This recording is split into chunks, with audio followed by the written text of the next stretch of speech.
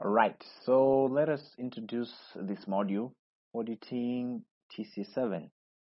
So we'll basically use the manual as our guide throughout the course. So we're going to use the ICAM manual. So I just like to talk about how we're going to approach this module from start to finish. So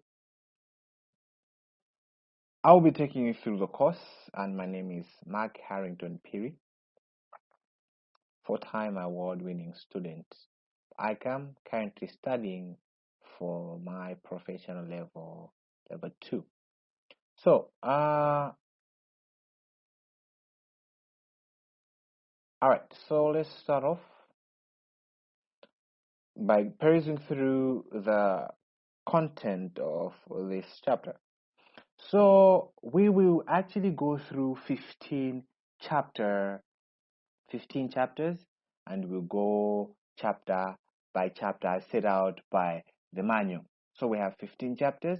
So we have first chapter, concept of assurance, chapter 2, roles and origins of audit, chapter 3, corporate governance, chapter 4, principles of auditing, chapter 5, legal aspects of audit, chapter 6, professional requirements, chapter 7, understanding the entity and its environment, chapter 8, risk assessment and audit strategy, chapter 9, general principles of internal controls, chapter 10, test of internal controls, chapter 11, audit evidence and sampling, chapter 12, substantive procedures on financial statements, chapter 13, computer assisted audit techniques, CATs, chapter 14, audit completion, and chapter 15, nature and forms of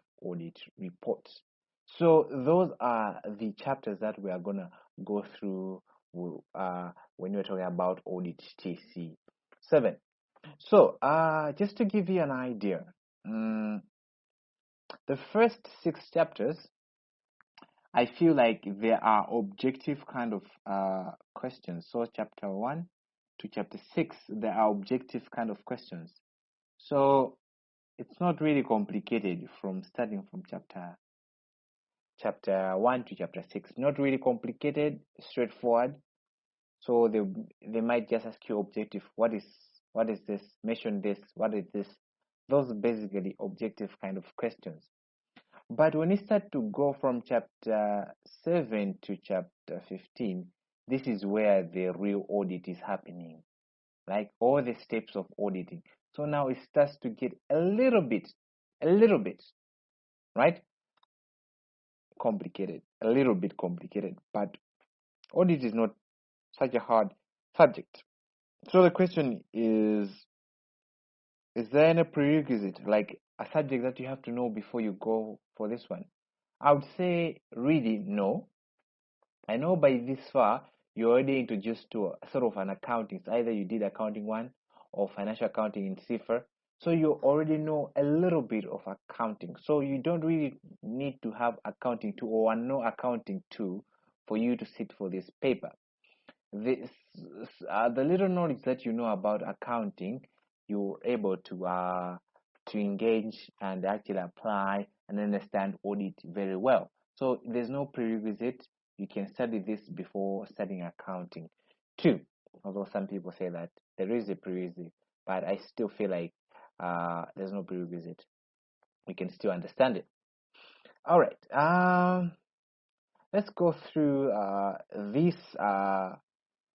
book. So, auditing, the aim of the course is to develop candidates' practical knowledge and understanding of the process of performing an audit, right? And other assurance services in the context of professional and legal frameworks, both globally and locally. So the main objective of this module is to develop your practical knowledge and understanding of the process of audit and other assurance service.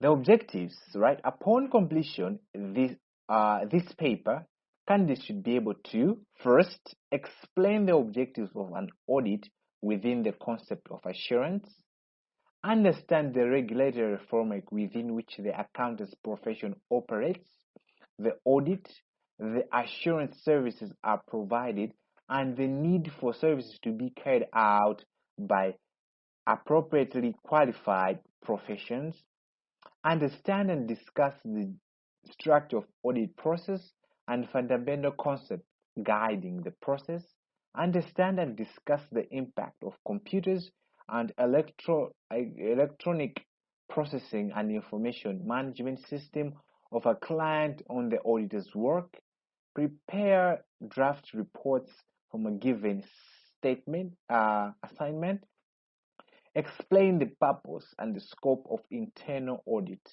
and another form of assurance service. So these are the objective of this module TC7. Right, so let us look at the format and standard of the exam paper. So the paper will consist of 7 questions. So the exam will consist of 7 questions, each carrying 20 marks, right? Of which one will be compulsory, and it will be on the application of audit procedures in computer environment and use of computer in the audit process. In the audit process, candidates will be required to answer the compulsory question and then the 4. So we have 7, right? 7 questions. 7 questions. One of them is compulsory, and the remaining 6, right, you are supposed to choose 4, because every question is 20 marks, right? That means making it 100, right? The exam is a 3-hour paper, right? A 3-hour paper. So the compulsory question is basically on to do with cuts. So in other words, the first 20 marks, you're already guaranteed that it is basically chapter 13 plus including a little element of chapter 9 when it comes to internal controls. There are something to do with internal controls as well. So basically these 2 will make up the compulsory question, and the remaining 4 can be any other questions from this. So if at all the exam was weighted to this side of the paper, whether these chapters, you would say that it's a simple one because this one is more objective. But when it starts to be weighted on this side, like a lot of questions coming from chapter 7 going down, then you would say that the question paper is hard. Because as I said, the first chapters are simple. And when I say they're simple, you need to make sure that you are on top of your game when it comes to these 6 questions. Make sure that you already know them from start until you go into the exam. And let's look at the specification grid. So this grid allows the relative weighting of sections within the course. Marks available in the exam assessment will roughly equal to the weighting below, although slight variation may occur in individual assessments to enable suitable rigorous question to be set. So this is just basically an idea of how much time you should spend on each chapter. For example, the nature and purpose of audit and other assurance service is saying that it has a weighting of 30. So the nature and purpose of audit and assurance, all right, the 30 marks is basically from, let me erase some of this. So the nature, right, is basically from these chapters. These chapters. This is the nature. So they're saying that they have a weighting of 30%, right? And after that, we have legal and professional requirements of audit. They're saying that it has a 25%, right? So from here and here, these 2 chapters, they're saying that they have a 25% weighting in the exam. Then we have gathering evidence, planning, internal control, and substantive. That's basically the real audit, right? That means from chapter 7, to chapter 12, right? They're saying that it has a weighting of 35 marks, right? And the last part, 10 marks, is basically reporting. Things reporting. So I can just add this to 35 marks, including the cut. They're saying that it has 10 marks.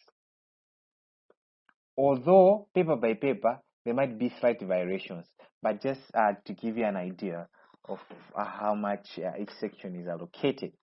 So that's basically the idea of this module. So let's just go into detail of the 4 sections that we have. So let us look at the learning outcomes. The core syllabus endeavor to achieve the following learning outcomes from the syllabus: the nature and purpose of audit and other assurance engagement. The first 4 chapters, right? Candidates will be able to explain the concept of assurance, its purpose, where an audit and other assurance services fit within the concept. In the assessments, candidates may be required to define the concept of assurance among many other services a professional may be engaged in, state the purpose of assurance reports, and provide examples of benefits gained from such as to ensure the entity's report quality with respect to subject matter reported on. Compare the functions and responsibility of different parties involved in assurance engagement. Identify and compare the purpose and characteristics of and levels of assurance obtained from and different assurance engagements, and define the concept of reasonable assurance. E. Define an audit as one of the assurance engagement relating to its present form. F. Review and audit historic origins and its development over time to its present form. G. Identify the principles of corporate governance and the role of internal audit within the corporate governance structure. H. Describe the roles of audit guidelines and structure of audit process, which include obtaining engagement, determining of scope of work, planning, risk assessment of the client, determining the scope of the work, obtaining the evidence, and evaluation of the results, and reporting on the engagement party. So these are sort of the objectives or the outcomes of the first section on the nature and purpose of audit and other assurance service. Then the second part on legal and professional requirements, that's chapter 5 and chapter 6, right? The candidates will be required to identify the legal and other regulatory issues which have a direct impact on the professional work in general and audit and other assurance engagement in particular. The legal aspects are mainly contained in the Companies Act and the Public Accountants and Auditors Act, while the professionally, candidates will be able to understand the principles of ethical behavior and identify issues relating to integrity, objectivity, competence, confidence, confidentiality, and courtesy behavior, amongst others. In the assessment, they may be required to A. Outline the process of obtaining an audit engagement. B. Set the contractual requirement between the auditor and other parties in the engagement. C. Set the qualification required under the Companies Act and the Public Accountant and Audit Act for a person or a firm to be engaged to carry out a statutory audit. State the auditor's and entity's director or management respective duties and rights during the engagement as provided by the Companies Act. E. Explain the auditor's contractual performance, expectations, and resulting liability for negligence. F. Explain the auditor's responsibility and liability with respect to money laundering and other illegal acts and non-compliance with other relevant rules and regulations. G. Set the rules of ethic codes and identify features of professional ethics adopted by the IFAC and how they work in the public interest. H. Suggest courses of action that may be taken to resolve ethical conflict of interest relating to the ethical fundamental principles. State the importance of confidentiality, identify the risk of accidental disclosure of clients' information, and state exceptional cases when this may not apply, identify objectives and independence, and recognize why those undertaking assurance engagement are required to be independent of their client. And K, identify threats to fundamental principles and independence of auditors as identified by the IFAC, and possible safeguards to eliminate and reduce such threats. So basically, that's to do with the second part. And going to the third part, we're looking at audit planning, internal controls, and substantive tests. Candidates will be able to plan, select methods of obtaining sufficient and appropriate evidence from which conclusion can be drawn, or reference to senior colleagues where necessary. In the assessments, candidates will be able to do the following. Planning. Describe appropriate tasks and procedures to understand the client's entity's business and its environment before any groundwork can be carried out. B.